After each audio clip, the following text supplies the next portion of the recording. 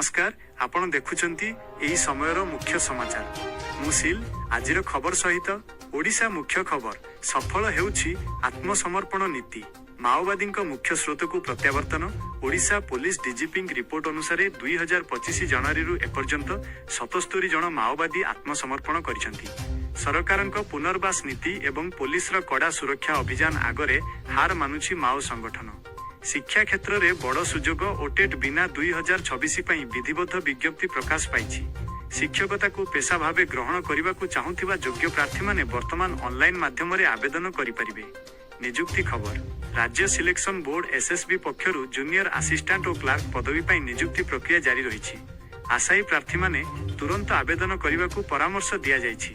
पाणीपाग सतर्कता मार्च मासरे कालबैशाखीर तांडव राज्यर विभिन्न स्थान में प्रबल वर्षा और शिलावृष्टि जोगु जनजीवन अस्तव्यस्त हो पड़ी। वज्रपातरू रक्षा पाइबा पई पाणीपाग विभाग सतर्क सूचना जारी करिछि।